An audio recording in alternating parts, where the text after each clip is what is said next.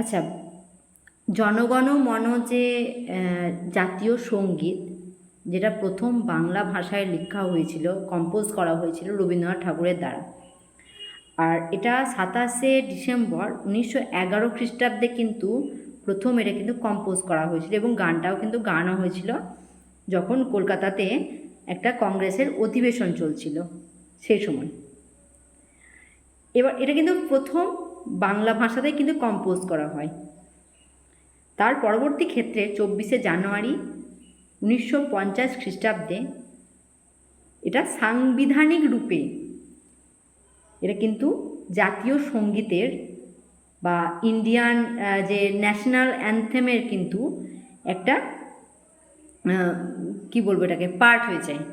এটাকে সাংবিধানিক রূপ দেওয়া হয় ইন্ডিয়ান কনস্টিটিউট থেকে। এবার এই গানটা পাঁচটা, মানে ভারত ও ভাগ্য বিধাতা যে মূল গ্রন্থটা, তো সেখান থেকে পাঁচটা স্ট্যান্জা, প্রথম পাঁচটা স্ট্যান্জা কিন্তু নেওয়া হয়েছে। জনগণ মনয়োধি নায়ক গায়ক। এবার এই যে পাঁচটা স্ট্যান্জার, এই যে ফুল যে ভার্সেনটা, এটা গাওয়াতে সময় লাগে কিন্তু 52 সেকেন্ড।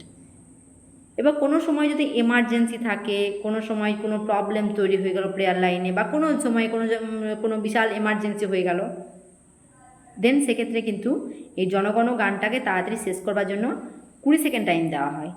আর প্রথম দুটো লাইন আর গানের শেষের দুটো লাইন কিন্তু গাওয়া হয়, এটা এমার্জেন্সি টাইমে। এই জনগণ মনঅধি এই গানটার মতনই আর একটা সঙ্গীতটার মতনই আর একটা গান হচ্ছে বন্দে মাতরম, যেটা 1896 খ্রিস্টাব্দে প্রথম গাওয়া হয়েছিল, আর যেটা সংস্কৃত ভাষায় কিন্তু গানটা গেয়েছিলেন। এই গানটা কে লিখেছিল? বঙ্কিমচন্দ্র চট্টোপাধ্যায়। এটাও তাই, 1896 খ্রিস্টাব্দে যখন প্রথম যে কংগ্রেসের যে অধিবেশনটা হয়েছিল, সেই সময় কিন্তু গানটা গাওয়ানো হয়েছিল। এবার এই যে গানটা তৎকালীন সময়ে যে স্বাধীনতা সংগ্রামী যারা ছিল তাদেরকে একটা ইন্সপিরেশন দেওয়ার জন্য গানটা কিন্তু গাওয়ানো হয়েছিল।